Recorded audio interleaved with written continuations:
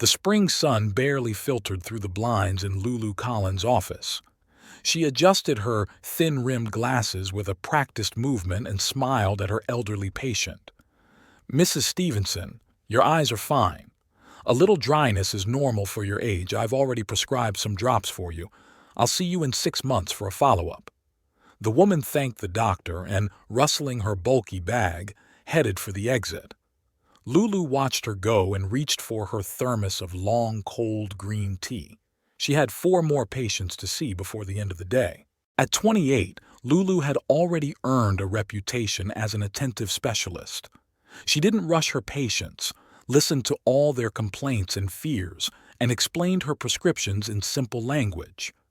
Her office on the 3rd floor of the private eye clinic Clear Vision was different from the others. There were always fresh flowers, and instead of posters showing the structure of the eye, there were landscape photographs on the walls. The next patient was a boy of about 10 with his mother. While Lulu was checking his vision, she told a funny story about a raccoon that once climbed into her backyard. The child relaxed, stopped being afraid of the instruments, and the examination went smoothly. "You're so good with children. Do you have any of your own?" the boy's mother asked. "Not yet." Lulu shook her head, continuing to fill out the chart. She didn't add that she and Tim had decided to wait a while before having children. After work, Lulu stopped by a small farm shop near her house. She loved to cook and often experimented with new recipes. Today she was planning to make a quiche with mushrooms and spinach. Tim loved her cooking, although he was indifferent to cooking himself and could eat pizza for weeks on end. When she got home, Lulu's first task was to change into her favorite sweatpants and t-shirt, roll up her sleeves, and turn on the music. Cooking always helped her relax after a day at work. As she methodically chopped the mushrooms, she thought about the upcoming weekend. She and Tim were planning to go to the farmer's market and a nursery to get some new plants for her small garden. Her phone buzzed quietly, a message from her friend Melanie inviting her to brunch on Sunday. Lulu quickly typed a reply and returned to her cooking. She loved her measured life, built on small pleasures: morning coffee on the porch, a new book before bed, long walks on the weekends. When she married Tim 3 years ago, Lulu didn't aspire to be the perfect wife from glossy magazines. She kept her last name, continued to build her career, and had no intention of devoting herself entirely to her family. At the same time, their marriage seemed harmonious to her. She and Tim complemented each other without trying to change each other. The front door slammed. Tim was back. He hugged Lulu from behind and buried his nose in her neck. That smells delicious. What are you cooking today?" "Mushroom quiche. How was your day?" "Fine. We're finishing up a new level. Deadline is next week. I'll have to work on the weekend." Lulu frowned. "But we were going to go to the market." "I'm sorry, honey. I promise, next weekend everything will go according to plan." She nodded without arguing. After all, she knew what she was getting into when she married a game developer. Deadlines and overtime were part of his job. The evening passed as usual: dinner while watching a TV series, discussing work stories, making plans for the next week. Tim talked about a new game, and Lulu shared funny stories about her patients. At 10, they went to bed. Both had to get up early the next day. As she fell asleep, Lulu thought about how lucky she was. She had a job she loved, a cozy home, and a caring husband. Perhaps their life seemed too simple or boring to some, but she liked it just the way it was: calm and reliable, without drama or upheaval. That hot summer day 5 years ago was particularly eventful. Lulu was finishing her residency and preparing for an important exam. The coffee shop near the medical center was unusually quiet when she sat down at a table in the back with her ophthalmology textbook. The air conditioner was barely keeping up with the heat, and a cold latte seemed like a lifesaver. A tall guy at the next table was typing something intently on his laptop, periodically frowning and ruffling his hair. When he reached for his cold coffee again, he accidentally knocked the cup with his elbow. The hot drink spilled right onto Lulu's notes. "Damn, I'm sorry. I ruined everything." He grabbed some napkins and tried to save the wet pages. "It's okay, they're copies," Lulu smiled, looking at his confused face. "I'm Lulu, Tim, and I really feel terrible. Let me buy you a new coffee?" That's how they met, with ruined notes and a long conversation about work. It turned out that Tim was developing a mobile game and often came to work at this particular coffee shop. They talked for several hours, and Lulu completely forgot about preparing for her exam. Tim called the next day and asked to meet again. He was an attentive listener, asking her questions about medicine and sharing funny stories from the world of game development. On their third date, they walked along the embankment until dawn, talking about everything under the sun and kissing like teenagers. Their relationship developed rapidly. Within a month, Tim brought his toothbrush and favorite mug to Lulu's apartment. 2 months later, they decided to move in together. It was surprisingly easy for them to be with each other. They both valued their personal space, but genuinely enjoyed each other's company. Tim supported Lulu during her difficult exams, and she helped him keep his sanity during busy projects. They learned to understand each other without words, when to hug and comfort, and when to leave each other alone. In the evenings, they often cooked together, although Tim just got in the way and tried to steal a bite of something tasty. Tim proposed in their favorite coffee shop, the very same one where they had met. He got down on one knee right in the middle of the room, took out the ring and started saying beautiful words, but he was so nervous that he got all mixed up. Lulu cried with happiness, the other customers applauded, and the barista brought them 2 cappuccinos on the house. They decided to have an intimate wedding with only close friends and family. The ceremony took place in a small mansion outside the city, surrounded by blossoming apple trees. Lulu chose a simple silk dress, and Tim insisted on a classic black suit. They wrote their own vows and both struggled to hold back tears as they read them to each other. They spent their honeymoon traveling around Europe with no set itinerary, stopping wherever they liked. They strolled through narrow streets, sampled the local cuisine, and took funny photos. In a small town in the south of France, they stumbled upon an antique shop where Tim bought Lulu an antique brooch with a cameo. She still kept it as a talisman. After the wedding, their lives didn't change much. They still supported each other, laughed at shared jokes, and made plans for the future. Tim continued to work on games and his career was taking off. Lulu got a job at a prestigious clinic and quickly earned the respect of her colleagues. On weekends, they often went out of town. Tim loved to drive and Lulu enjoyed photographing nature. They could wander through the woods for hours or sit by the lake building castles in the air. Tim dreamed of starting his own game studio, and Lulu wanted to open a small private practice. The first serious crisis came in their second year of marriage when they suffered a miscarriage. Lulu withdrew into herself and Tim didn't know how to help. But gradually the pain subsided, they grew closer, and learned to understand each other even better. They decided not to rush into having children. They had time. Their love story seemed simple and straightforward. They met, fell in love, and got married. There were no dramatic twists or difficult trials, just 2 people who found in each other exactly what they were looking for. Tim often said that spilling coffee was the best accident of his life. Lulu just smiled at such moments. She also considered their meeting a gift of fate. On their 5th anniversary, they returned to the same coffee shop. They sat at the same table and ordered the same drinks. Tim was still working on his laptop and Lulu was reading a medical journal. Only now they were husband and wife, and their fingers were adorned with matching wedding rings. The Blue Pixel game development studio was in its usual state of chaos. Designers were arguing over concept art, programmers were working on code, and managers were rushing around with burning deadlines. Tim Collins sat with his headphones on, immersed in work on a new level. His desk was recognizable by its two monitors and perpetually half-empty coffee cup. Tim was the last one to leave work every day. He was a perfectionist when it came to code, capable of spending hours searching for bugs or optimizing performance.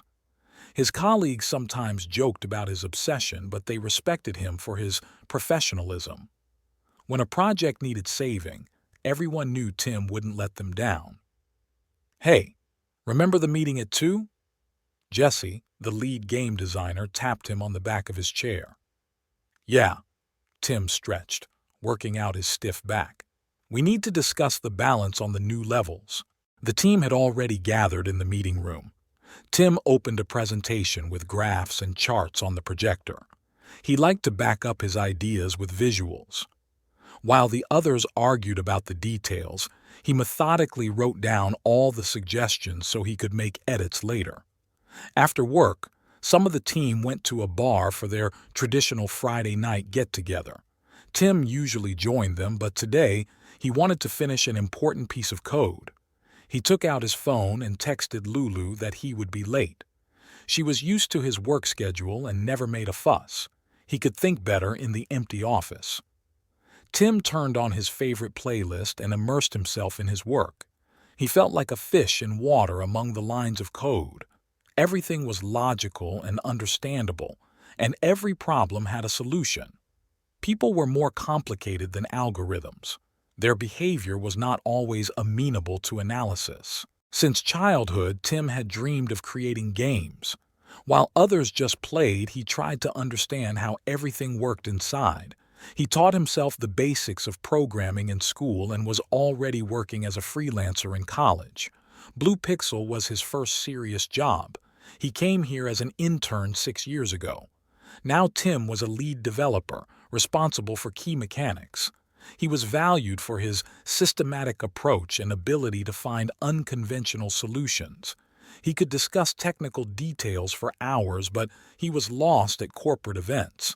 Small talk tired him, and chatting about the weather made him uncomfortable. He had a few close friends on the team, fellow geeks who were obsessed with their work. They could argue until dawn about the advantages of different engines or discuss bugs in their favorite games. Tim maintained a cordial but not overly close working relationship with his other colleagues. Newcomers to the studio often turned to him for help.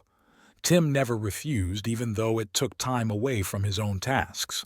He remembered how he himself had once been confused by simple things and considered it important to share his experience. However, his explanations were sometimes too technical. He couldn't always simplify complex concepts. Tim had serious ambitions. He dreamed of starting his own studio. He had a folder full of ideas for games he wanted to make his own way. But for now, he was gaining experience, learning how to manage projects, and getting a feel for the gaming business from the inside. Tim often came home after midnight, especially when a project was in its final stages. Lulu would leave him dinner in the microwave and a note with some sweet message. He appreciated her thoughtfulness, although he didn't always know how to show his gratitude.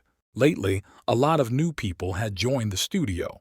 The company was growing and hiring specialists for a major project. Tim didn't always remember everyone's names, but he tried to keep track of who did what. He enjoyed watching how different people brought something unique to the team.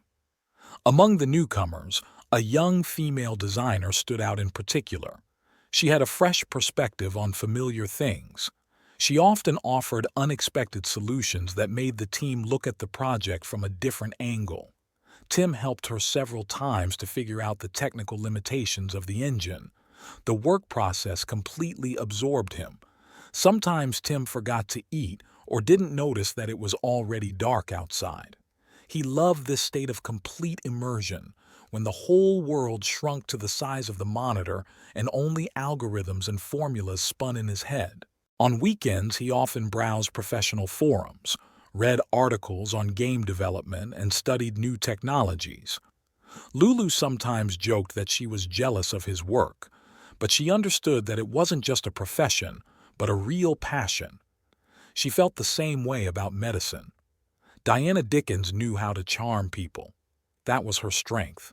She inherited this ability from her mother, a socialite well known in certain circles, who taught her daughter the most important thing in life: beauty and charm open any door. Diana's childhood was spent at her mother's endless parties, fashion shows, and social events. Her father was rarely at home, busy with business and young mistresses. He paid all the bills on time and never refused his daughter money, but Diana never knew real fatherly attention. Perhaps that is why she always gravitated toward men older than herself, strong, successful, capable of protecting and caring for her. At a prestigious private school, Diana quickly became the unspoken queen. She knew how to win over the right people and keep everyone else at a distance. Teachers forgave her minor mistakes. Her classmates envied her and tried to be friends, and boys went crazy for her. But Diana remained lonely.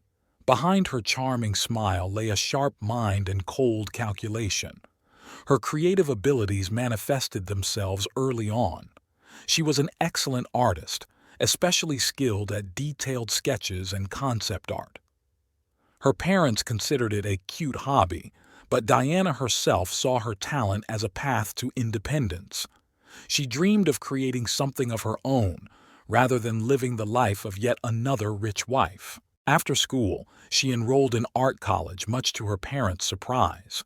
Her mother believed that, with her looks and connections, her daughter was destined for a career in modeling. Her father suggested she take over the family business, but Diana showed her strength of character for the first time. She wanted to develop as a designer. In college, she discovered the world of computer graphics and game design. It completely captivated her. The endless possibilities of creating new worlds, inventing characters, and building levels. Diana studied voraciously, spending hours at her tablet, honing her skills. She met Mitch Dickens at a charity event. Her mother had dragged her there, believing it was time for her daughter to find a suitable match. The tall, handsome man in his 40s immediately caught Diana's attention. He exuded a strength and authority that was sorely lacking in her circle. Mitch also noticed the striking girl. They spent the entire evening discussing art. It turned out that he was quite knowledgeable about painting and was a frequent guest at exhibitions. Diana was able to keep up with the conversation, and she was genuinely interested in art, not just pretending. Their romance developed rapidly. Mitch courted her beautifully, taking her to expensive restaurants, giving her bouquets of flowers and jewelry. Diana wasn't particularly impressed by this. She had grown up in affluence. She was much more attracted to his intelligence, ambition, and the confidence with which he was building his career in politics. Mitch proposed 3 months after they met. Diana accepted, although she understood that love was not the main reason. Marriage to an influential official opened up new opportunities and provided status and stability. Moreover, Mitch did not object to her work. He believed that a politician's wife should be educated and self-sufficient. The wedding was lavish, as befitted the groom's position. Diana shone in the role of a happy bride, although inside she remained calm and calculating. She knew what she was getting into. A marriage of convenience was a perfectly acceptable option for her. After all, she had seen enough unhappy unions that had been entered into for love. At first, family life went smoothly. Mitch worked a lot, and Diana was involved in design and performed representative functions at official events. They lived in a luxurious mansion, traveled a lot, and attended private parties. From the outside, their marriage seemed perfect. But gradually, Diana began to feel like a golden bird in a cage. Mitch turned out to be quite a domineering person. He wanted to control every aspect of their lives, from his wife's wardrobe to her social circle. Any disagreement irritated him, although it never escalated into open conflict. Work became an outlet for Diana. At the game development studio, she could be herself, a talented designer, not the wife of an influential official. Her colleagues valued her for her professionalism, not her status. Here she felt truly alive and needed. Mitch was indulgent of her passion for computer games, considering it a passing fad.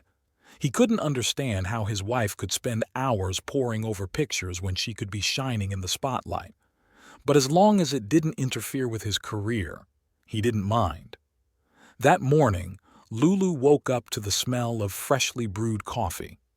Tim was already getting ready for work, hurriedly buttoning his shirt.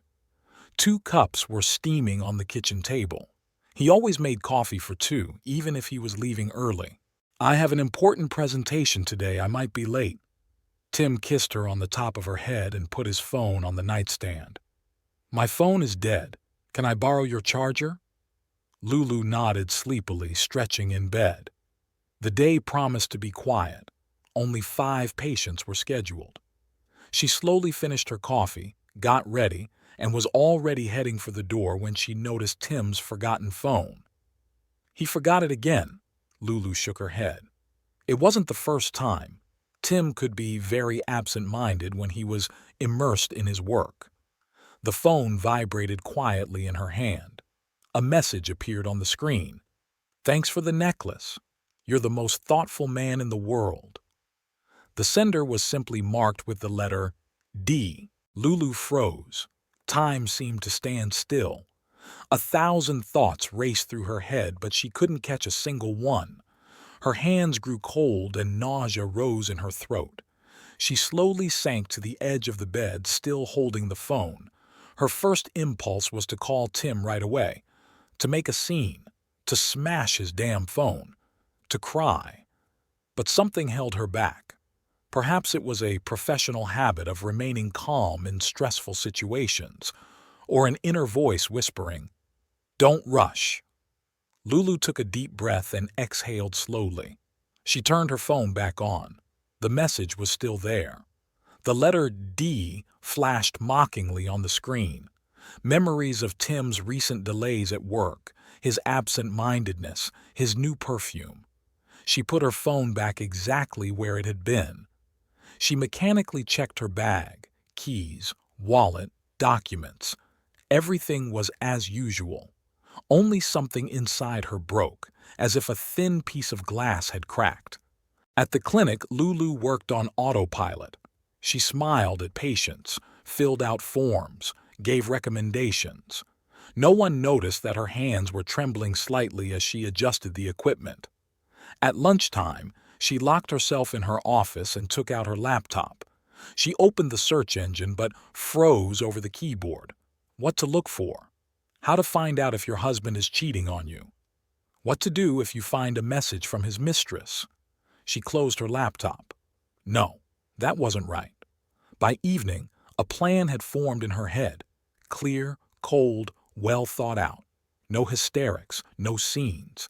She would find out the whole truth and gather evidence. And then she would give D a special gift. At home, Tim was unusually lively, talking about his successful presentation. Lulu listened, nodded, and smiled at the right moments. Inside, she felt surprisingly empty and calm. She looked at her husband as if from the outside, how he gestured, how he fixed his hair, how he laughed at his own joke. "You're quiet today."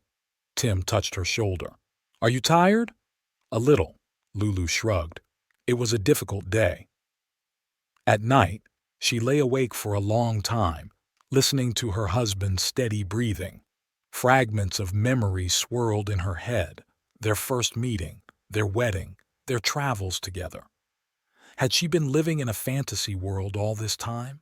Or had the real lie begun only recently? In the morning, she called the clinic and took the day off for the first time in 3 years. She sat down at her computer and began methodically searching for information about private investigators. She would find this D. She would find out everything about the woman who was receiving jewelry from her husband. Tim's phone was no longer left at home. He always checked his pockets twice before leaving. Lulu didn't let on that she had noticed the change. She tried to act normal. She cooked dinner, discussed work, and made plans for the weekend. Only now she listened closely to his every word, watched his every move. She noted inconsistencies in his stories about his workday and memorized the names of his colleagues. It was like putting together a puzzle, piece by piece. The mirror reflected the same Lulu. Neat hair, light makeup, a calm smile. No one would have guessed that behind this familiar mask, a plan for revenge was brewing. Cold, calculating, thought out down to the smallest detail. Lulu sat in a small cafe on the outskirts of town, nervously stirring her long, cold coffee. Opposite her sat a middle-aged man with an expressionless face, the kind of face that was difficult to remember or pick out in a crowd.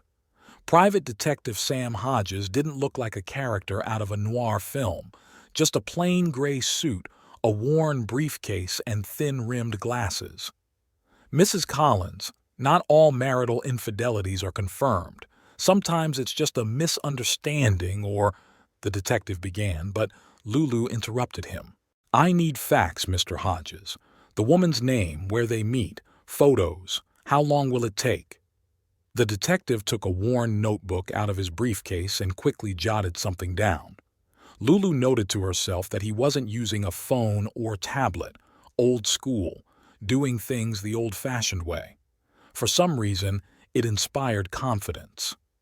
Basic surveillance, 1 week. If there are regular meetings, we'll record them. But if the connection is random or they're very careful. Money's no object, Lulu said, placing an envelope on the table. This is an advance. I want daily reports and photos. Hodges nodded, putting the envelope away. His movements were sparse, measured. He took out a camera and showed Lulu several photos, examples of his work. They were clear, detailed shots, obviously taken from a distance. The next week turned into a wait for evening reports for Lulu. Hodges wrote dryly, to the point. The subject left the office at 6:30 p.m., visited the supermarket, returned home at 7:15 p.m. No unnecessary comments or assumptions. Tim hadn't changed his habits. Work, home, sometimes a bar with colleagues. Lulu continued to play the role of the caring wife, but now his every word was checked against the detective's reports. Routes, times, meetings, everything was documented. On the 4th day of surveillance, Hodges sent the first interesting photos. Lunch break, a cafe near Tim's office. A young woman was sitting at a table with him. Dark hair, stylish clothes, lively facial expressions. They were talking animatedly about something, and the woman kept touching Tim's hand. Diana Dickens, level designer at the same company, read the caption to the photo. Hodges managed to look up her name. Something clicked inside him. The very same deed from the message. The following days brought new confirmations. Joint lunches, supposedly work meetings, accidental touches. Hodges recorded everything. Glances, gestures, smiles. In the photos, their closeness seemed obvious, even though they tried to behave cautiously. The subject and Dickens left the office together at 10:30 p.m. They headed to the Bluebird restaurant. They ordered wine and dinner. The conversation was personal, with a lot of physical contact. The next report was drier than usual, as if the detective was embarrassed to write the details. Lulu laid the photos out on the table, a chronology of betrayal in glossy pictures. Here they are laughing at something. Here Tim is fixing a strand of her hair. Here she is trying on that very necklace in the jewelry store. Hodges turned out to be meticulous and attentive. He had also tracked down Diana, found out her address, and gathered information about her husband. Mitch Dickens, politician, strict reputation, doesn't tolerate scandals, official marriage, joint property. Every evening, Lulu reread the reports, studied the photos, and pieced together a picture of their romance. Outwardly, she remained calm. She worked, took care of the house, and kept up the conversation with Tim. But inside, A cold, calculating desire for revenge was growing. The detective continued his surveillance. Now he was also watching the Dickens house, recording Mitch's daily routine. Lulu received information about every move made by everyone involved in this drama. She didn't yet know exactly how she would use this information, but she felt that the denouement was near. At one point, Hodges tried to strike up a conversation about how many couples go through crises and that infidelity doesn't always mean the end of a relationship. Lulu cut him off. "Mr. Hodges, I'm paying you for facts, not family therapy." Mitch Dickens' office was immaculate. Not a single piece of paper out of place on his desk, all his files neatly arranged, even his pencils lined up in a row. He hated chaos in any form. Control and order were the foundations of his life. The large leather chair creaked as Mitch leaned back, looking through documents. Outside the window was a view of the city, his city, as he liked to think. 20 years in politics had taught him to consider everything around him his property. His assistant brought him the morning papers, and Mitch scanned all the publications that mentioned his name. Today they were writing about his speech at the city council meeting. Tough but fair, uncompromising, iron grip. Journalists loved epithets like that. They created the image he wanted. Mitch started his way to the top as an ordinary clerk at City Hall. But even then he knew it was temporary. His ambition and sharp mind helped him quickly climb the career ladder. He knew how to find his competitors' weak spots and ruthlessly exploit them. At 35, he was already one of the city's most influential officials. His colleagues respected and feared him. Mitch did not forgive mistakes and did not tolerate incompetence.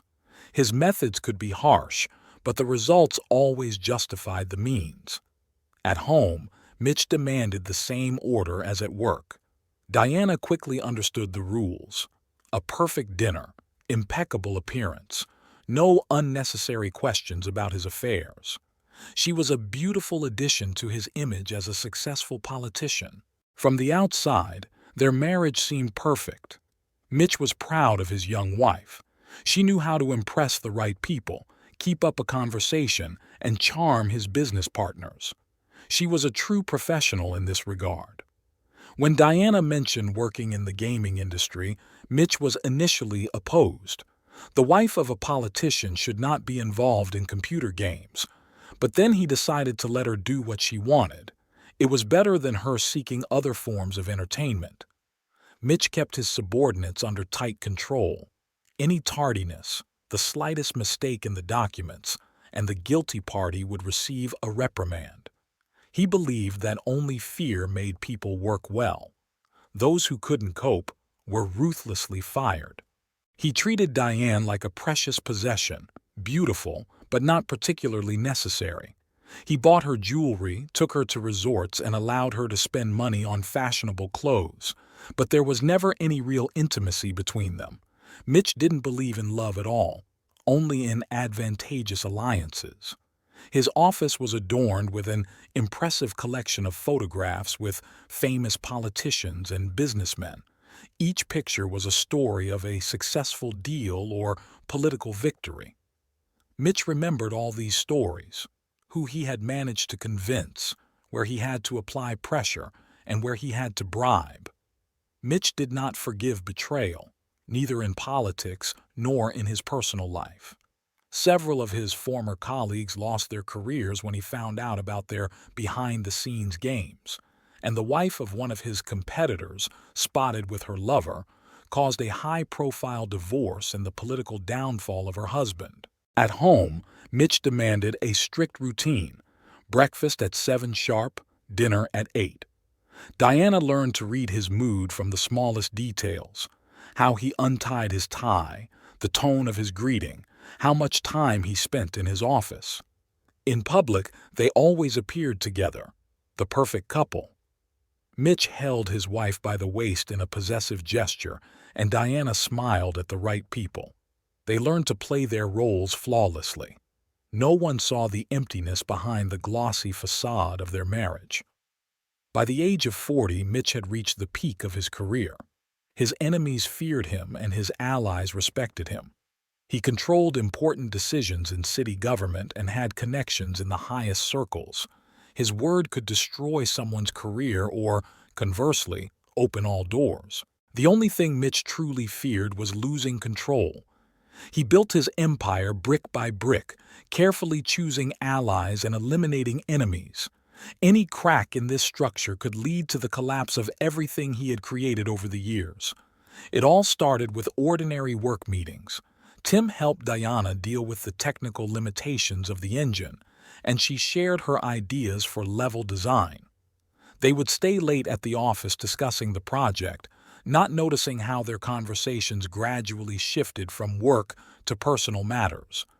They had their own table in a small coffee shop across the street from the office, in the far corner, away from the windows.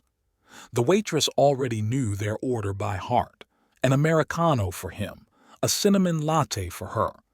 They talked about games, books, music, and shared stories from their lives. Diana talked about her projects and showed him sketches of characters. Tim admired her talent and spent a long time looking at her sketches. She rarely mentioned her husband, and Tim tried not to think about Lulu when he looked into Diana's eyes. The first touch happened by accident. Their hands met above the keyboard. They both pretended nothing had happened, but they couldn't concentrate on their work for the rest of the day. After that, they started looking for excuses to touch each other casually, passing documents, showing something on the screen, fixing their hair. Tim started carrying a spare shirt with him in case he had to stay late with Diana after work. He came up with plausible stories for Lulu about urgent projects and meetings. Diana also learned to lie to her husband with great skill: charity events, meetings with friends, working on her portfolio. They chose their meeting places carefully. No popular restaurants or crowded places. Small cafes in residential areas, deserted parks, once even a contemporary art exhibition. No one paid any attention to the couple engrossed in discussing the installations. Tim chose gifts with great care. No online orders or bank transfers. Only cash, only in stores far from home and work. He remembered everything Diana had said about her tastes, her favorite perfume, the jewelry she liked. He bought a necklace in a small jewelry store in another part of town. The saleswoman took them for a married couple. Diana tried on the necklace while Tim admired her in the mirror. They didn't try to dissuade her. When paying, Tim asked not to have the receipt sent to his email. At work, they kept their distance. They greeted each other with a nod and only discussed work matters. If one of their colleagues entered the room, they carefully avoided looking at each other. All important conversations took place in messages. They created separate accounts with inconspicuous nicknames. Diana kept Tim's gifts in a special box in her desk. It was too risky to keep them at home. She only put on perfume before meeting him, wore the jewelry in the office bathroom, and took it off before returning home. They learned to notice the smallest details: who was getting into the elevator, who was sitting at neighboring tables in the cafe, whose cars were parked nearby. Paranoia became their constant companion. Every casual glance seemed suspicious, every phone call a threat. Rumors spread around the office. There are gossips everywhere. But Tim and Diana gave them so little cause for gossip that the talk quickly died down. They were careful. No photos together, no mentions of each other on social media, no obvious signs of affection. Sometimes it felt like they were playing a complex computer game where they had to avoid enemies, collect bonuses, and stay out of sight of the bosses. Only the stakes were much higher than in any game. They weren't risking virtual lives, but real families, careers, and reputations. They deleted messages immediately after reading them. Phone numbers were saved under code names so that even a casual glance at the screen would not reveal their secret. They came up with their own code for meetings, harmless phrases that sounded like work discussions to outsiders. Each of their meetings began with a check to see if anyone was following them or had noticed anything. Diana learned to recognize her husband's cars from a distance, and Tim always checked social media for any mentions of Lulu's suspicions. Sometimes they wanted to give it all up, stop hiding, start a new life together. But they both knew it was impossible. Too much was at stake, too many things were intertwined. All they could do was continue their double life, hoping that one day they would find a way out. Detective Hodges's office smelled of leather and tobacco. Lulu sat in a worn armchair sorting through photos spread out on the table. The pictures formed a story. Here were Tim and Diana leaving a restaurant. Here she was getting into his car. Here they were entering a jewelry store together. Is that all? Lulu tried to speak calmly, though she was trembling inside. Hodges shook his head and turned on his laptop. A video appeared on the screen. A hidden camera in the lobby of the business center had captured Tim and Diana kissing in an empty hallway. Lulu watched intently, absorbing every detail: how he touched her hair, how she clung to him, how they looked around. The next folder contained screenshots of their correspondence. The detective had somehow gained access to their messages. Lulu read line by line, noting the details to herself. They used a simple code. Meetings were called consultations. Gifts were documents. But behind the business phrases lay completely different meanings. The documents are ready. You can pick them up today, meant the necklace. Meeting at 3, usual place, meant another secret rendezvous. I miss our discussions about the project was a confession of love. Hodges took out another folder containing the results of surveillance on Mitch Dickens. It included his schedule, contacts, and habits. The detective particularly emphasized his attitude toward marital fidelity. In the past, Mitch had ruthlessly dealt with those who tried to destroy other people's families. He's very sensitive about his reputation, Hodges said, tapping Mitch's photo with his finger. Any hint of scandal could cost him his career. Lulu slowly gathered all the materials. She already knew what she was going to do next. The plan formed itself, clear, cold, and ruthless. Diana would get her last gift, and Mitch would get all the evidence of his wife's infidelity. At home, she created a special folder on her computer. She sorted all the photos by date and printed out the most revealing ones.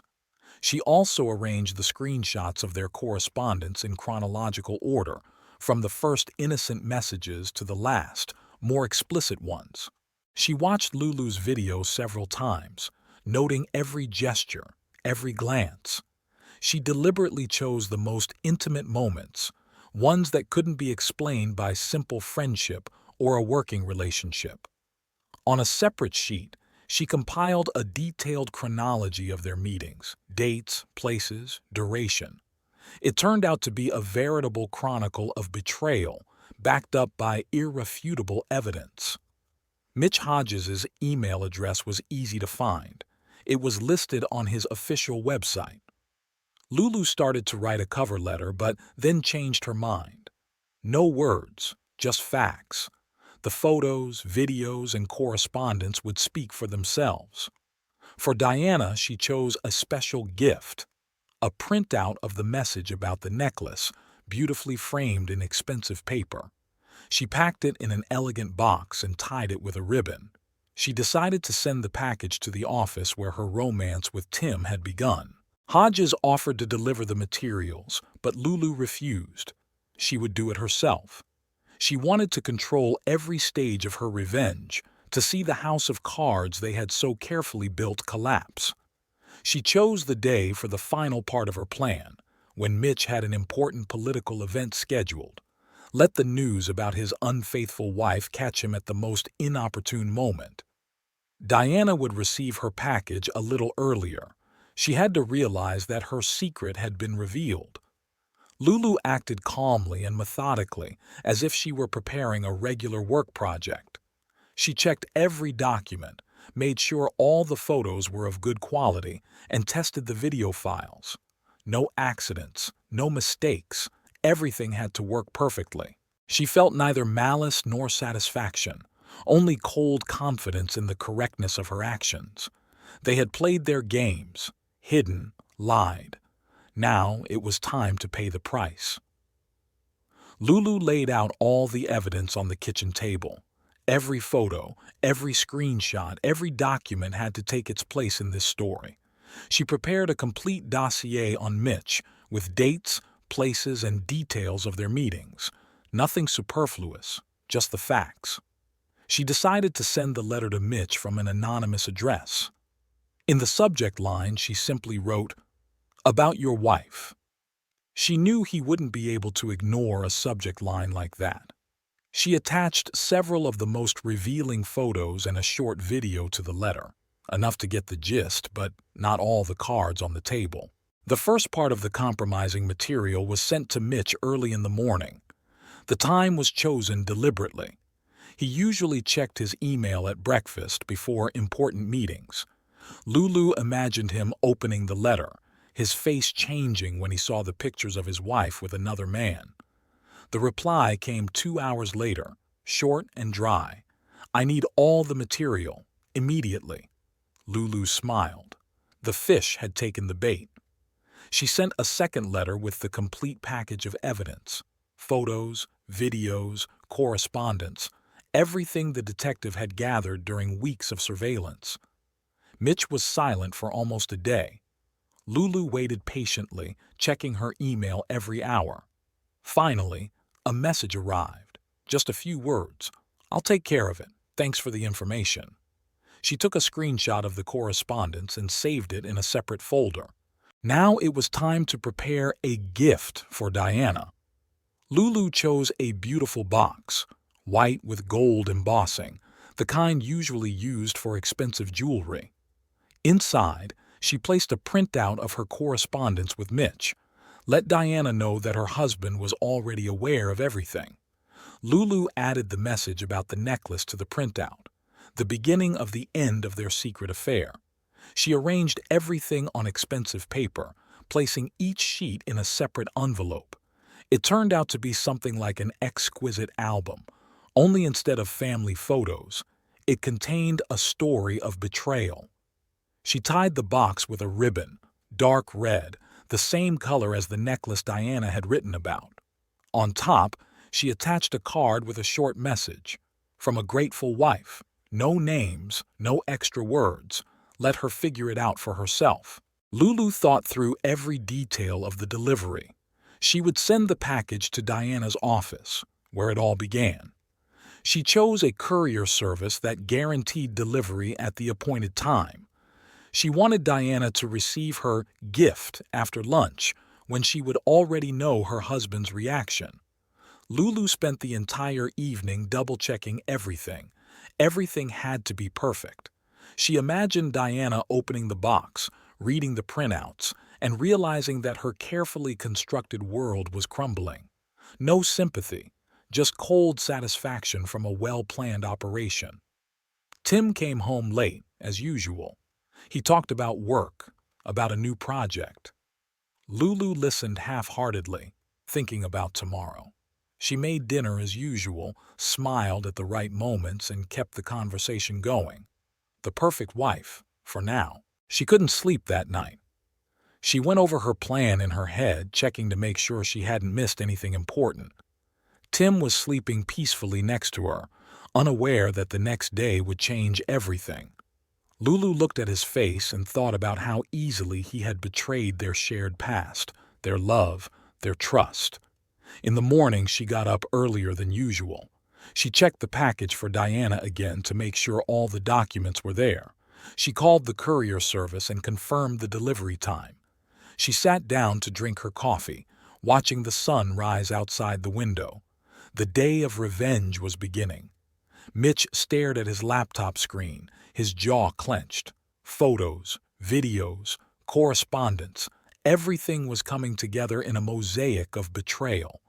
His wife, his Diana, was smiling at another man, accepting gifts, meeting him in secret.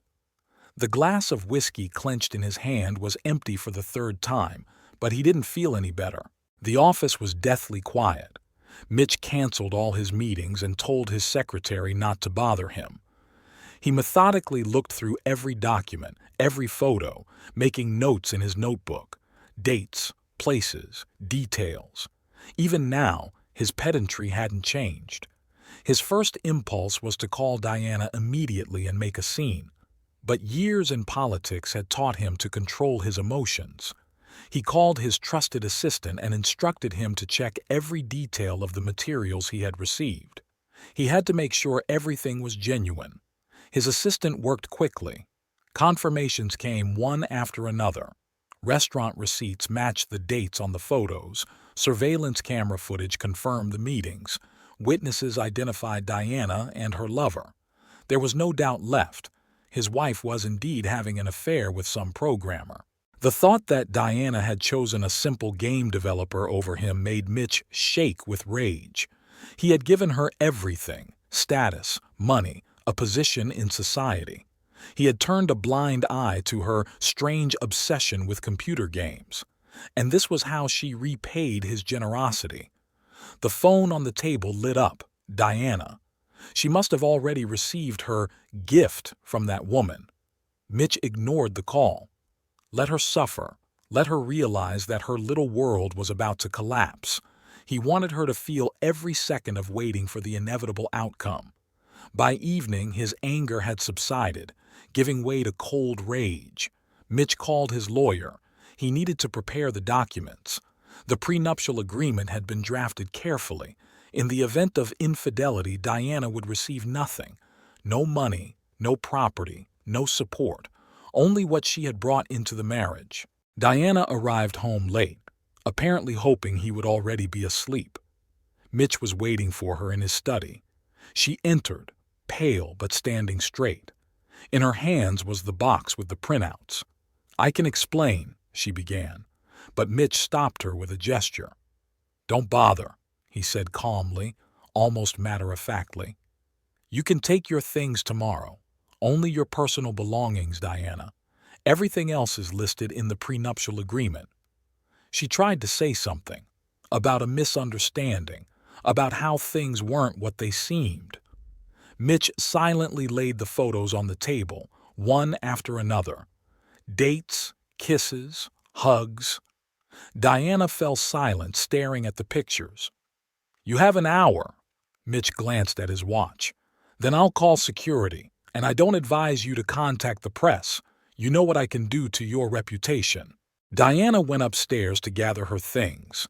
Mitch heard her walking around the bedroom, opening closets and pulling out drawers. He didn't move, continuing to look through the documents on the table. Work helped him not think about the betrayal. An hour later, Diana came downstairs with 2 suitcases. She stopped in the doorway as if she wanted to say something. Mitch didn't even look up from his papers. The front door closed quietly. His wife left his life as quietly as she had once entered it. First thing in the morning, he contacted his lawyers. Then he contacted the right people in the press. The story of his unfaithful wife must not leak to the newspapers. But rumors spread anyway. In their circles, it was impossible to keep anything completely secret. At work, Mitch was focused and businesslike as always. No one dared to talk to him about his personal life. Only his secretary noticed that he was drinking more coffee and smiling less. But she was too smart to comment on her boss's mood swings. In the evening, when he was alone, Mitch took out a photo from their wedding. Diana was smiling at the camera, happy and beautiful. Or was she already pretending back then? He crumpled the photo and threw it into the fireplace. The flames quickly consumed the glossy paper, erasing the last reminder of the woman who dared to betray him. Diana stood in the middle of the street with 2 suitcases, not knowing where to go. The night was damp, and a light rain was chilling her to the bone. She tried to call a taxi, but her hands were shaking so badly that the phone slipped out of her fingers. She couldn't wrap her head around what was happening. Surprisingly, little fit into the suitcases. A few dresses, underwear, cosmetics, documents. Everything else was left in the house that had been her fortress that morning. Jewelry, designer clothes, her collection of handbags. Mitch had made it clear that it all belonged to him now. The taxi took her to the nearest hotel. At the reception desk, Diana mechanically handed over her credit card, but it had already been blocked. Mitch had acted quickly, cutting off all her financial ties. Fortunately, she found some cash in her bag, enough for a couple of nights in an inexpensive room. She spent the whole night sitting on an uncomfortable bed, rereading Tim's messages. Her phone was still working. Mitch must have forgotten about that little detail. Or maybe he left it on purpose so she could fully realize her situation. Tim didn't answer. He probably got his share of revelations too. In the morning, Diana tried to contact her friends, but their phones were silent. High society quickly learned about the scandal. Mitch knew how to spread information. Now she was persona non grata in her usual circle. No one wanted to risk the wrath of an influential politician. She arrived at the office around lunchtime. She couldn't bring herself to show up earlier. A security guard stopped her at the entrance. Access to the building was blocked. A terse dismissal notice arrived in the mail. Mitch hadn't forgotten anything. He methodically destroyed everything that connected her to her former life. The next few days passed in a fog. Diana tried to find a lawyer, but all the well-known lawyers in the city politely refused to take her case. The marriage contract had been drawn up flawlessly. She herself had signed the document, which stated that, in the event of infidelity, she would lose all rights. Her money was quickly disappearing. She had to move to a cheaper hotel, then to a hostel. Her designer dresses and high heels looked ridiculous there. Diana realized for the first time how little she meant without the status of an influential man's wife. Her parents did not answer her calls. Mitch had probably contacted them too. Her father had always considered marriage to a politician a good match, and her mother was proud of her daughter's success in high society. Now she was a disgrace to them, a stain on the family's impeccable reputation. At one point, Diana tried to meet with Mitch. She waited for him outside his office and tried to talk to him. But his security guards politely but firmly blocked her way. An hour later, she received a message from his lawyer. One more attempt like that, and she would be issued a restraining order. She didn't even try to open her social media page. There were probably heated discussions going on there. Socialites who had recently called her a dear friend were now relishing the details of the scandal. Her downfall became the main topic of gossip. The hostel was noisy and uncomfortable. Her roommates, young female tourists, chatted about travel and entertainment. Diana lay on the narrow bed staring at the ceiling, thinking about how one reckless infatuation had ruined her entire life. Her phone had long been disconnected for non-payment. The last thread connecting her to her past had been severed. Finding a job proved nearly impossible. Her portfolio was still on her work computer, and all her contacts were connected to her former life. Mitch had made sure that no reputable company in the city would hire her. Her name had become toxic. The mirror reflected an unfamiliar woman, haggard with a dull gaze and wrinkled clothes. Where had the confident beauty who had shone at social events gone? Diana turned away from the mirror. Looking at her defeat was more than she could bear. The last time she saw Tim, he was leaving the supermarket with some bags. Diana started to go after him, but he pretended not to notice her. He hurriedly got into his car and drove away. Well, she could understand him. He was also trying to save what was left of his life. In the small Chanel handbag, the only accessory she had managed to grab, lay the box with the printouts. Diana remembered that moment with frightening clarity.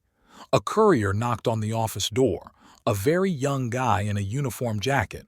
He held out a tablet for her to sign and handed her a white box with gold lettering. Diana smiled, thinking it was another gift from Tim. He loved to surprise her, especially lately. The box was light and elegant, the kind usually used for jewelry. Diana carefully untied the dark red ribbon and opened the lid. Inside were neatly folded sheets of paper, printouts of messages and photographs. On top was a note, from a grateful wife. At that moment, she didn't know that Mitch had already received his share of evidence. She sat looking at the photos and felt the ground slipping away from under her feet. Tim sat at his desk, staring blankly at the monitor. The code he had been working on for the past few weeks blurred before his eyes. The news that Diana had been fired spread through the office in an instant. This was followed by information about her breakup with her husband. Rumors leaked through someone's secretary, whose boss was in contact with Mitch Dickens's people. The phone in his pocket was silent. Diana wasn't answering his messages. Tim had been trying to call her all day, but all he heard was a short ring. He knew he had to focus on his work, finish the project, and at least keep up the appearance of a normal life. But his thoughts kept returning to what had happened.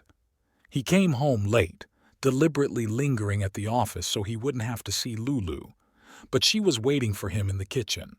She was sitting at the table with the familiar folder of photos in front of her. Tim froze in the doorway, not knowing what to say. "Sit down," Lulu said calmly, almost casually. "We need to talk." He sank into the chair opposite her. On the table lay their photos with Diana, meetings, conversations, casual touches. The story of their romance, documented by someone's attentive lens. "How long have you known?"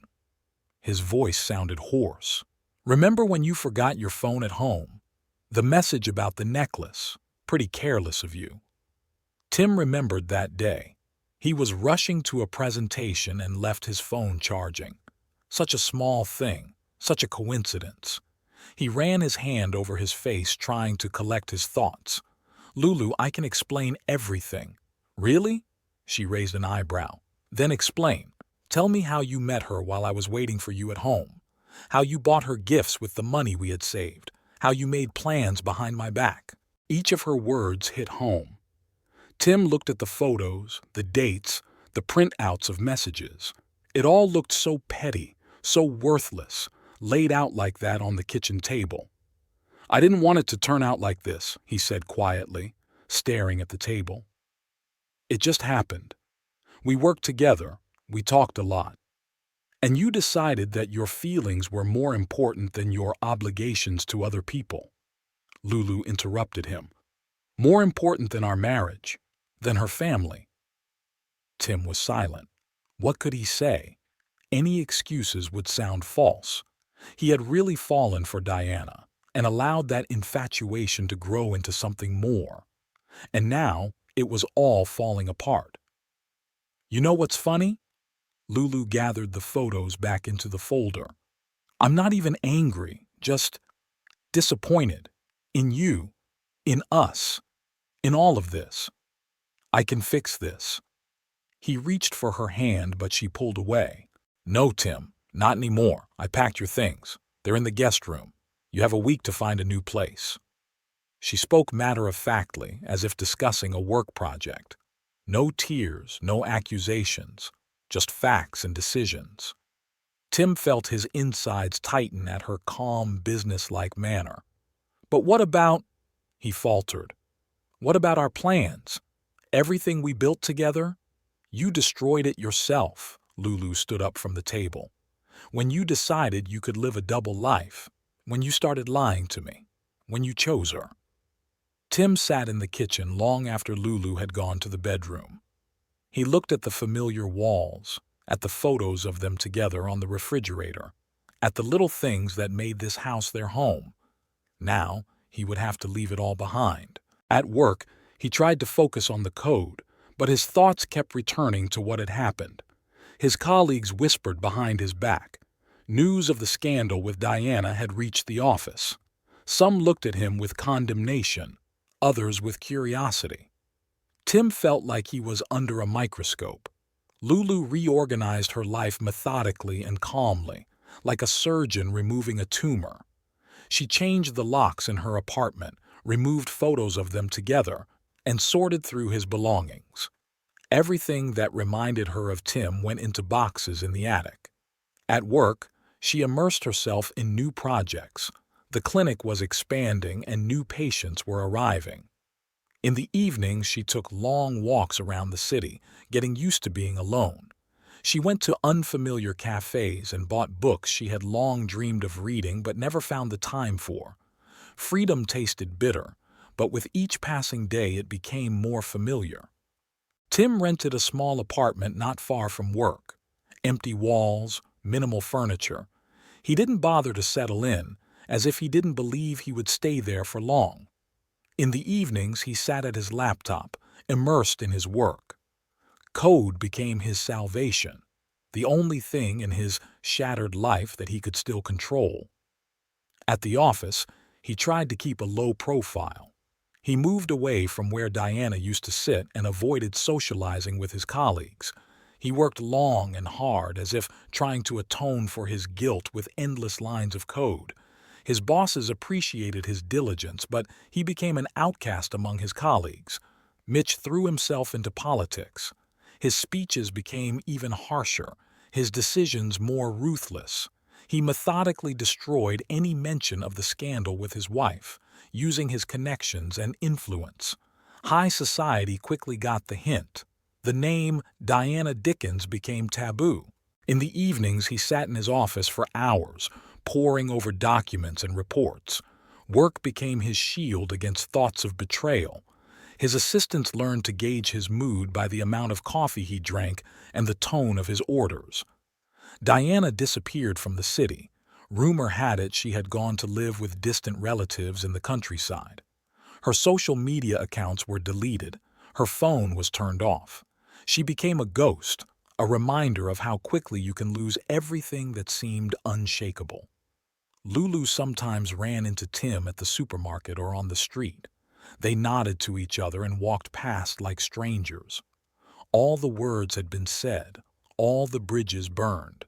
All that remained were memories of a time when they had been happy together. Lulu developed a new tradition at the clinic. She started staying after work, sorting through documents and planning the next day. Her home no longer drew her in, no longer promised comfort and warmth.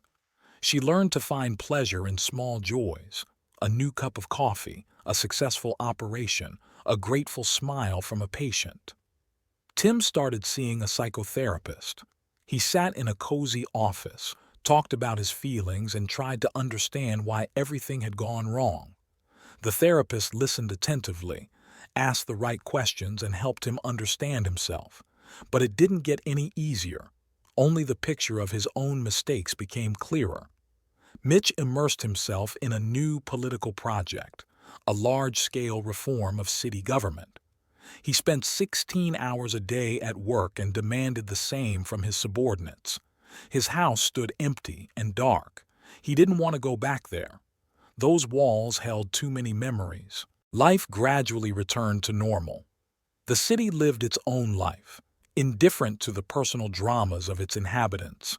Time healed wounds, dulled pain, and erased the sharpness of memories. But something had changed irrevocably in each of them, as if thin glass had cracked, and the cracks could no longer be glued back together. 6 months without money or connections had done their job. Diana had lost weight, her features had become sharper, and her eyes looked haunted. She stood in front of Mitch's mansion, looking at the familiar facade. Nothing had changed. The same well-groomed bushes, the same perfect lawn, the same surveillance cameras. Over the past few months, she had tried everything.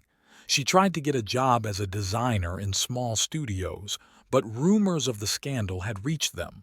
She worked as a waitress, but she was quickly recognized. Photos in the society pages are not so easy to forget.